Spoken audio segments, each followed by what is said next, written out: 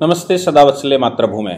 हम लोग चर्चा करने जा रहे हैं एक लंबे विवाद की, खासतौर से 2014 के बाद दिल्ली में एक विवाद लगातार रहा है। और वो विवाद ये रहा है कि दिल्ली में जब से केजरीवाल जी ने सरकार बनाई है तब से वो केंद्र के ऊपर एक इल्ज़ाम लगातार लगाते आए हैं कि केंद्र की सरकार उनको काम नहीं करने दे रही है। उनका मानना यह है कि केंद्र में बीजेपी की सरकार है और दुर्भाग्य से वो मोदी जी को अपना कॉम्पिटिटर मानते हैं, जबकि मोदी जी ने अपनी पूरी की पूरी 8 साल की कैंपेन में एक बार भी केजरीवाल का अपने मुंह से नाम नहीं लिया। केजरीवाल जी एक रीजनल पार्टी है और रीजनल भी नहीं है वो। अभी हरियाणा पंजाब की बात अगर हम कर लें तो हम ये मान सकते हैं कि रीजनल हो गए। पहले वो एक केंद्र शासित प्रदेश, वो भी कितना बड़ा। दिल्ली का जो क्षेत्रफल है वो 40 किलोमीटर बाई 40 किलोमीटर का है। 40 बाई 40 किलोमीटर का मतलब हो गया कि उत्तर प्रदेश का एक शहर, एक महानगर। अब उत्तर प्रदेश के एक महानगर, जैसे उत्तर प्रदेश में दर्जनों महानगर हैं और बहुत बड़ी टेरिटरी है। कभी दिल्ली पंजाब का हिस्सा हुआ करती थी, जब हरियाणा, पंजाब, दिल्ली और हिमाचल एक होता था, यानी कि एक प्रदेश होता था। लेकिन फिर भी दिल्ली को अलग इसलिए किया गया क्योंकि दिल्ली में केंद्र सरकार बैठी हुई है और केंद्र का डोमेन दिल्ली पर बनता है, इसीलिए दिल्ली को केंद्र शासित प्रदेश बनाया गया था। लेकिन फिर बाद में ये महसूस हुआ कि दिल्ली का विस्तार चूंकि होता जा रहा है, इसलिए दिल्ली में एक लोकल गवर्नमेंट होनी चाहिए। लोकल गवर्नमेंट मतलब जो छोटे छोटे दिल्ली के इश्यू हैं, उन इश्यूओं को एक वहां की लोकल गवर्नमेंट डील करे। इसके लिए आर्टिकल 239AA जोड़ा गया। ये बात बहुत पुरानी नहीं है, ये बात 30 वर्ष पुरानी है केवल। तो उस समय ये विचार किया गया कि दिल्ली में जो छोटे मोटे इशू होते हैं, नाले नाली का इशू है, दिल्ली में बिजली पानी के इशू हैं, वहाँ एक रिस्पॉन्सिबल गवर्नमेंट होनी चाहिए जिसकी एक विधानसभा, ऑलरेडी चूंकि पुरानी विधानसभा वहाँ बनी हुई थी तो वहाँ एक विधानसभा रहेगी, उसी में वो अपना बैठेगी, कामकाज देखेगी।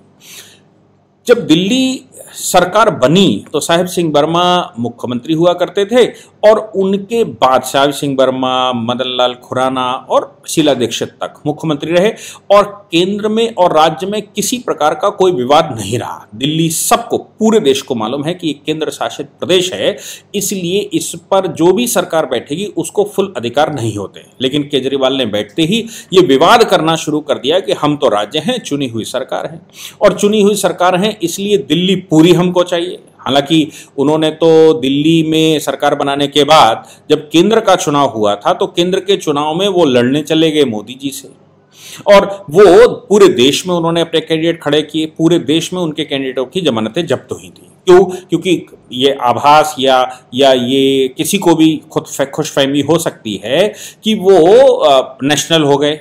खैर, लेकिन जब वो सत्ता में बैठे तो उनकी पॉलिटिक्स बिल्कुल साफ थी। हालांकि वो अपनी पॉलिटिक्स पर अभी भी कायम है। उनकी पॉलिटिक्स बिल्कुल साफ है कि विरोध की पॉलिटिक्स करना चाहिए, काम पर ज्यादा ध्यान नहीं देना चाहिए, काम से सरकारें नहीं बनती। इसका बहुत बड़ा इलस्ट्रेशन वाजपेयी जी थे। वाजपेयी जी ने बहुत सारे काम किए, लेकिन वाजपेयी जी अपनी सरकार 2004 में नहीं बना पाए थे। एक वोट से ही सही, लेकिन सरकारें गिरती रहीं। तो उन्होंने जो, चूंकि वो जमीन पर काम करने वाले व्यक्ति, एकेडमिक वर्क और जमीन पर काम करना बहुत डिफरेंट होता है। मैं मानता हूं कि एकेडमिक वर्क बहुत सहायक होता है, लेकिन जमीन पर अगर आपको अनुभव ना हो तो बहुत सारी समस्याएं आती। चूंकि केजरीवाल जी सिर्फ एकेडमिक काम पर सरकार में आने वाले और एकेडमिक वर्क के आधार पर सिस्टम को चैलेंज करने वाले थे, इसलिए वो जमीन की राजनीति जानते नहीं थे। वो जब आंदोलन के रास्ते से आए तो वो आंदोलन का रास्ता ही उनको समझ में आया कि सरकार में आने के बाद भी आंदोलन का रास्ता पकड़ लेना चाहिए। उन्होंने आंदोलन का रास्ता पकड़ लिया। अब आंदोलन के लिए एक विलेन चाहिए, एक सरकार चाहिए, और सरकार में वो खुद हैं। तो जो व्यक्ति खुद सरकार में हो वो किस सरकार के खिलाफ जाए? तो उनको ये बिल्कुल साफ समझ में आ गया था कि अब नया टारगेट चुनना पड़ेगा। पहले दिल्ली उनका टारगेट हुआ करती थी, अब उनका टारगेट केंद्र की सरकार हो गई और केंद्र की सरकार के अगेंस्ट में केजरीवाल ने जहां जैसे जो मंच मिला, जो फोरम मिला, उस पर ऊधम मचाना शुरू कर दिया। जब उन्होंने ऐसा किया तो उससे पहले उन्होंने अपनी मार्केटिंग करनी शुरू की, बहुत सारे फंड निकालने शुरू किए। उन फंडों के माध्यम से देश भर को बताने की कोशिश की कि वो आखिर कर क्या रहे हैं। उनको ये बात समझ में आ चुकी थी कि काम के आधार पर सरकारें भारत में कम बनती हैं और बाकी विषयों पर ज्यादा बनती हैं। मोदी जी ने वो भ्रम तोड़ा है। वो काम के अलावा, वो तो काम करते ही करते हैं जो उनको करना चाहिए, उसके अलावा मिथक भी तोड़ते हैं। लेकिन केजरीवाल जी काम करने के बजाय वो इन विषयों पर ज्यादा काम करने लगे कि कैसे केंद्र की सरकार को विलन बनाकर खड़ा किया जाए। अब केंद्र की सरकार को करेंगे कैसे? क्योंकि जितना केंद्र की सरकार में बैठे प्रधानमंत्री को बोलेंगे, उनके पास शत्रुहंता योग है, और शत्रुहंता योग वो बिल्कुल वैसे ही है जैसे आप जितनी बात उनके खिलाफ करेंगे वो सब पॉजिटिव जाती है। अभी तक अब अनुभव भी पिछले 20 वर्ष की राजनीति का यही रहा, जितना उनके खिलाफ गया है, जिसने जिसने उनका विरोध किया है, वो मुंह की खाते रहे और माननीय प्रधानमंत्री जी बढ़ते रहे। बढ़ते बढ़ते वो देश के प्रधानमंत्री बन गए। अब ऐसी परिस्थिति में केजरीवाल पहले तो मोदी जी को टारगेट करते रहे, लेकिन जब उनको यह समझ में आ गया कि मोदी जी को टारगेट करके उनको कुछ हासिल होने वाला नहीं है, तो उन्होंने एलजी को टारगेट करना शुरू किया। अब उन्होंने कहना शुरू किया झूठ पर झूठ, और वो झूठ इस प्रकार के कि किस प्रकार एलजी उनको परेशान कर रहे हैं, एलजी उनको काम नहीं करने दे रहे हैं, एलजी काउंसिल ऑफ मिनिस्टर की बात नहीं मान रहे हैं, एलजी जो हैं वो दिल्ली प्रदेश की चुनी हुई सरकार को चैलेंज करते हैं, ऐसा वो लगातार कहते रहे। ठीक है, इस कुछ मामलों को लेकर वो हाई कोर्ट, सुप्रीम कोर्ट चले गए। सुप्रीम कोर्ट में जाते समय 2 जजों की बेंच में ये मामला फंसा। खासतौर से मामला यह था कि सर्विसेज के मामले में, यानी कि ट्रांसफर पोस्टिंग के मामले में क्या एलजी को अधिकार है या फिर केजरीवाल को ज्यादा अधिकार है। मीडिया ने भी जो केजरीवाल जी ने समझाने की कोशिश की, उसी बात को पकड़ते हुए देश भर को मीडिया ने वही बात बताई। चूंकि सामने से एलजी के यहां से डिफेंड होना लगभग असंभव सा है, क्योंकि वो कॉन्स्टिट्यूशनल पदों पर बैठे हुए व्यक्ति ये पॉलिटिक्स करते नहीं है। जबकि एलजी उस समय नजीब जंग हुआ करते थे, और नजीब जंग का अपॉइंटमेंट उस समय कांग्रेस सरकार ने किया था। केंद्र में बीजेपी की सरकार बैठने के बावजूद नजीब जंग को हटाया नहीं गया था। नजीब जंग एक मुस्लिम एलजी थे, जो अभी तो केंद्र सरकार के खिलाफ या बीजेपी के खिलाफ लगातार बोलने की कोशिश कर रहे हैं या भाषण उनके आ रहे हैं, लेकिन उस समय वो एलजी को विलेन बनाकर केजरीवाल खड़े हो गए। तो नजीब जंग वर्सेस केजरीवाल चला, जबकि नजीब जंग कांग्रेस के व्यक्ति थे। अब सवाल यहां पर पैदा होता है कि नजीब जंग की जगह पर जब वीके सक्सेना बैठे तो वीके सक्सेना को भी उन्होंने टारगेट कर लिया। सवाल यहां पर था 2014-15 में, और वो ये था कि सर्विसेज के मामले में ट्रांसफर पोस्टिंग का अधिकार किसका होगा। कुछ ट्रांसफर पोस्टिंग करने से जल्दी जल्दी जब ट्रांसफर पोस्टिंग होते हैं तो समस्याएं सबको होती हैं। एलजी को चूंकि एक्सक्लूसिव अधिकार है, और दिल्ली में जो कैडर है वो ज्वाइंट कैडर है, क्योंकि केंद्र शासित प्रदेश दिल्ली है, इसलिए होम मिनिस्ट्री की अनुज्ञा के बगैर या होम मिनिस्ट्री के बगैर ट्रांसफर पोस्टिंग करना बहुत मुश्किल काम होता है। मामले को लेकर वो सुप्रीम कोर्ट चले गए। सुप्रीम कोर्ट के 2 जजों की बेंच उस समय बैठी, उनमें दोनों ने अपने अपने ऑर्डर को डिफर कर दिया। डिफर से मतलब है कि एक जज ने कह दिया कि नहीं, केंद्र शासित प्रदेश होने के नाते आर्टिकल 239AA से गवर्न होता है, तो दूसरे ने यह कह दिया कि दूसरी अनुसूची, 7वीं अनुसूची की दूसरी लिस्ट में जो राज्य के विषय हैं वो काउंसिल ऑफ मिनिस्टर के बगैर नहीं हो सकते। यानी कि अब काउंसिल ऑफ मिनिस्टर के बगैर एलजी को निर्णय लेने का अधिकार नहीं है। चूंकि वो डिफर हो गया तो 3 जजों की बेंच में भेजा गया। 3 जजों की बेंच ने उसको 5 जजों की बेंच में यह कहते हुए भेज दिया कि भाई इन मामलों में ये कॉन्स्टिट्यूशन के इंटरप्रिटेशन का मामला है, आर्टिकल 239AA के इंटरप्रिटेशन का मामला है, आर्टिकल 243 के इंटरप्रिटेशन का मामला है, और ये मामला 7वीं अनुसूची की दूसरी सूची का है। इसलिए इस पर कॉन्स्टिट्यूशनल बेंच के द्वारा ही इंटरप्रिटेशन होना चाहिए। लेकिन उससे पहले 2 जजों की बेंच ये कह चुकी थी कि एलजी चूंकि काउंसिल ऑफ मिनिस्टर बैठा हुआ है, इसलिए एलजी को काउंसिल ऑफ मिनिस्टर से कोऑपरेट करना चाहिए, दोनों को सामंजस्य बिठाते हुए निर्णय करने चाहिए, और इन निर्णयों में राज्य का पार्टिसिपेशन होना चाहिए। अब यहां पर नए सवाल खड़े होते हैं। नए सवाल जो खड़े हुए वो ये हुए कि एलजी के पास 3 डिफरेंट डिपार्टमेंटों के वो एलजी हैं। एक तो ये है कि केंद्र शासित प्रदेश होने के नाते वो होम मिनिस्ट्री के अंडर में, मान लो होम मिनिस्ट्री से कनेक्ट रखते हैं, यानी कि लैंड की बात करें या पुलिस की बात करें, सुरक्षा की बात करें, तो वो सब होम मिनिस्ट्री के पास आती है। दूसरी बात ये आती है कि जो राज्य विधानसभा के विषय हैं, यानी कि 239 में जो विषय राज्य विधानसभा को दे रखे हैं, उन राज्य विधानसभा के मामलों में एलजी एक्सक्लूसिव निर्णय नहीं ले सकता, उसको काउंसिल ऑफ मिनिस्टर की माननी पड़ेगी या विधानसभा की माननी पड़ेगी। तो सवाल यहां पर पैदा हुआ। और तीसरी जो उनके पास डिस्क्रिशन है वो नगर महापालिका भी है, नगर निगम है। तो नगर निगम के बगैर वहां निर्णय नहीं हो सकता। अब वो निर्णय सब पर नहीं ले सकते, नगर निगम एक्सक्लूसिव में केंद्र का कानून है, इसलिए नगर निगम में निर्णय लेने का अधिकार अगर काउंसिल ऑफ मिनिस्टर की किसी की बात आती है तो फिर वो केंद्र की काउंसिल ऑफ मिनिस्टर एलजी के पास रहती है। केजरीवाल जी का विषय यह है कि वो केंद्र के विषय हो, नगर महापालिका के विषय हो या दिल्ली सरकार के विषय हो या अनमेंशन्ड रेजिड्यू विषय हो, उन सभी में उनका मानना है कि काउंसिल ऑफ मिनिस्टर चूंकि वो हैं, इसलिए काउंसिल ऑफ मिनिस्टर के बगैर कोई निर्णय नहीं होना चाहिए। एलजी काउंसिल ऑफ मिनिस्टर की बात मानने के लिए बाध्य हैं। केजरीवाल जी लगातार अपने आप को आर्टिकल 243 का अर्थात वो पूर्ण राज्य मानकर चलने वाले व्यक्ति हैं। वो अपने आप को पूर्ण राज्य मानते हैं और पूर्ण राज्य की सबसे खास बात यह है कि जो गवर्नर होता है, दिल्ली में गवर्नर नहीं होता, दिल्ली में लेफ्टिनेंट गवर्नर होता है, जो गवर्नर होता है वो काउंसिल ऑफ मिनिस्टर की बात मानने के लिए बाध्य होता है। लेकिन आर्टिकल 200 में भी वहां पर भी पावर दे रखी कि अगर गवर्नर राज्य की विधानसभा या राज्य की सरकार के कुछ विषयों से सहमत नहीं होता है तो वो उस बिल को, उस ऑर्डिनेंस को प्रेसिडेंट की संस्तुति के लिए रख लेता है और उसको अगर कोई उस पर ऑब्जेक्शन है तो वो प्रेसिडेंट के पास भेज देता है। प्रेसिडेंट के पास भेजने का मतलब प्रेसिडेंट आर्टिकल 74 के तहत काउंसिल ऑफ मिनिस्टर, केंद्र की सरकार केंद्र की काउंसिल ऑफ मिनिस्टर से बात करता है। केंद्र की काउंसिल ऑफ मिनिस्टर जो निर्णय लेती है उस निर्णय के अनुसार ही उस पर निर्णय होता है, यानी कि फुल राज्य भी है तो भी पूर्ण रूप से निर्णय लेने का अधिकार राज्य को नहीं होता और वहां पर गवर्नर बिल को रखकर केंद्र की सरकार से पूछता है। क्योंकि एक भारत श्रेष्ठ भारत और एक भारत एक नागरिकता, एक भारत समान कानून, ये विचार है हमारा। और चूंकि ये विचार है इसलिए राज्य सरकारें फॉर बेटर एडमिनिस्ट्रेशन, अच्छा प्रशासनिक कार्रवाई चले और लोकल गवर्नमेंट बने, उसके लिए राज्य सरकारें और राज्य सरकारों के बाद फिर नगर महापालिकाएं या फिर न्याय पंचायत या जिला पंचायतें बैठी होती हैं। तो 3 टियर सिस्टम हम बनाते ही इसलिए हैं कि गांव तक सरकार पहुंचे, मोहल्ले तक सरकार पहुंचे।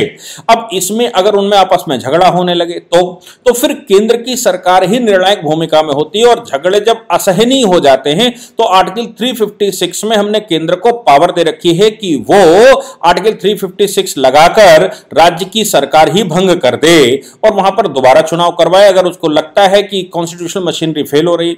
और हमने गवर्नर को भी इतनी पावर दे रखी है कि गवर्नर अपनी रिपोर्ट केंद्र को लगाए और यह कहे आर्टिकल 356 के तहत यहां पर प्रेसिडेंट रूल लगा देना चाहिए। क्यों? क्योंकि राज्य की सरकार संवैधानिक मशीनरी के अनुसार काम नहीं कर पा रही। तो आप सोचिए कि हमने गवर्नर को या एलजी को इतनी पावर दे रखी। इस परिस्थिति में जब यह सोच ले कोई केंद्र शासित प्रदेश की हमको राज्य के बराबर ही, पूर्ण राज्य के बराबर ही अधिकार होने चाहिए और यहां तक कि उससे ज्यादा अधिकार होने चाहिए, राज्य के जो पूर्णकालिक सरकार, पूर्ण अधिकारों वाली सरकार है उसमें भी गवर्नर की जो पावर है, तो गवर्नर की पावर वो पूर्ण नहीं हो सकती, वो किसी बिल को रोक नहीं सकता, वो केंद्र को भेजेगा। ऐसा कोई विचार कर ले तो फिर मुझे लगता है उसको कॉन्स्टिट्यूशनल मशीनरी, कॉन्स्टिट्यूशनल मैंडेट या कॉन्स्टिट्यूशनल प्रोविजन की जानकारी ही नहीं है। अब ऐसी परिस्थिति में जब यह सब व्यवस्था हो गई हो तो फिर सर्विसेज को लेकर जब वो कोर्ट में गए तो 5 जजों की बेंच अभी उसकी सुनवाई कर रही है। 5 जजों की बेंच की सुनवाई करते समय केंद्र के सामने यह प्रश्न था कि वो उस पर बात करे। केंद्र के सामने जब बात की गई तो यह निर्णय हुआ, आप समझिए कि ये कहा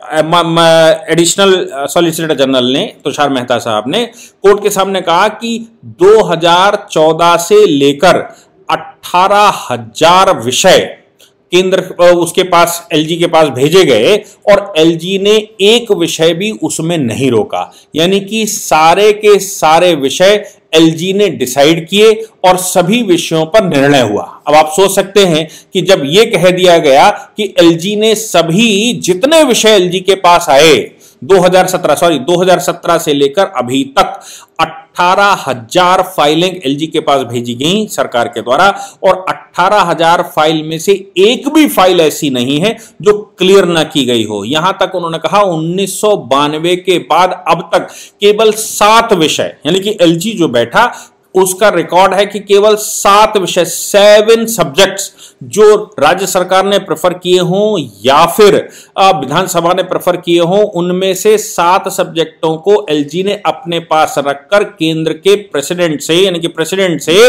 उसके लिए ओपिनियन मांगी कि प्रेसिडेंट उस पर ओपिनियन दे और या प्रेसिडेंट उस पर सैंक्शन करे। एलजी को लगता है कि ये विषय ठीक नहीं है, संवैधानिक रूप से ये सरकार जो है, राज्य सरकार उसको परे जा रही है।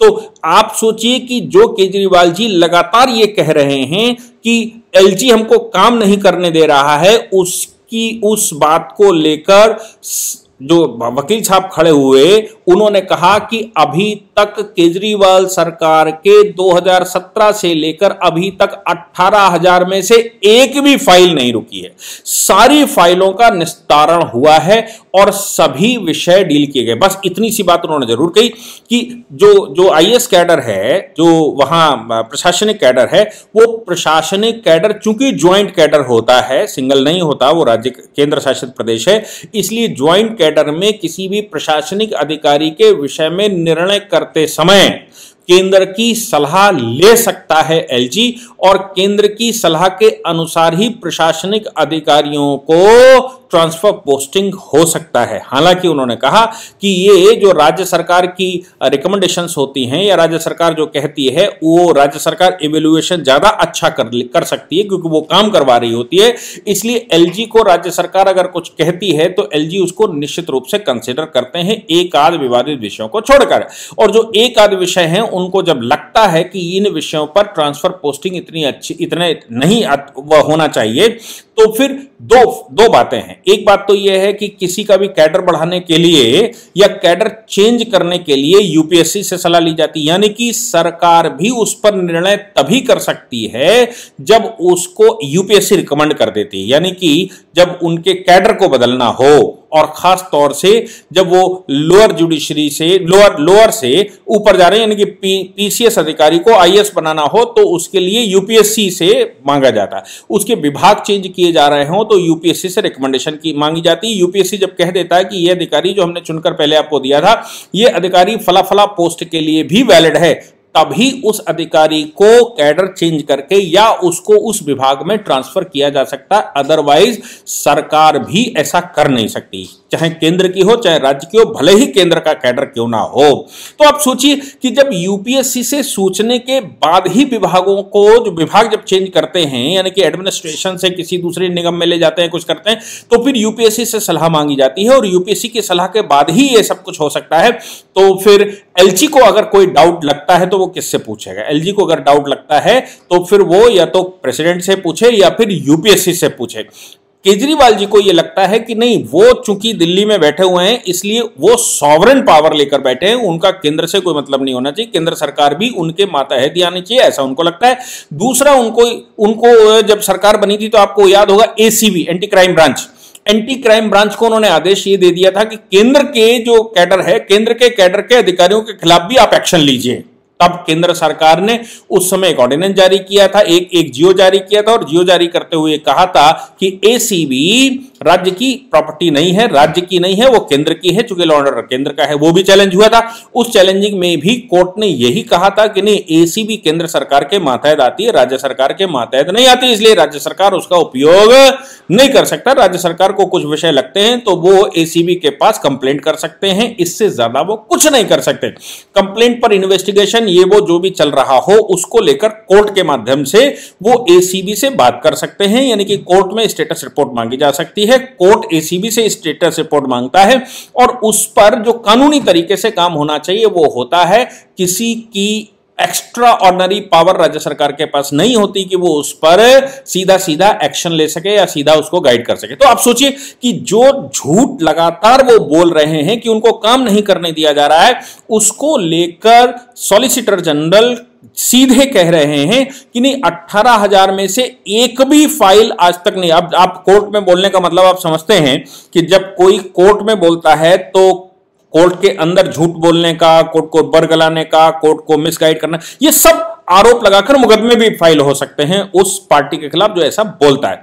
तो फिर कोर्ट के सामने 18,000 फाइलों की चर्चा करके एलजी के विषय को बिल्कुल साफ किया गया है कि केजरीवाल जी की किसी भी फाइल को एलजी ने रोका नहीं है, सिवाय उनके जिन पर उनको केंद्र से पूछना था। और वो 1992 से लेकर अब तक केवल 7 मैटर आए हैं, जिन 7 मैटर्स में केंद्र से सलाह मांगी गई है। बाकी बचती है कैडर की बात कि कैडर चेंज करना या ट्रांसफर पोस्टिंग करना वो एज पर रूल्स होता आया है। रूल्स को कॉन्ट्रावेन करके किसी राज्य सरकार की बात नहीं मानी जा सकती।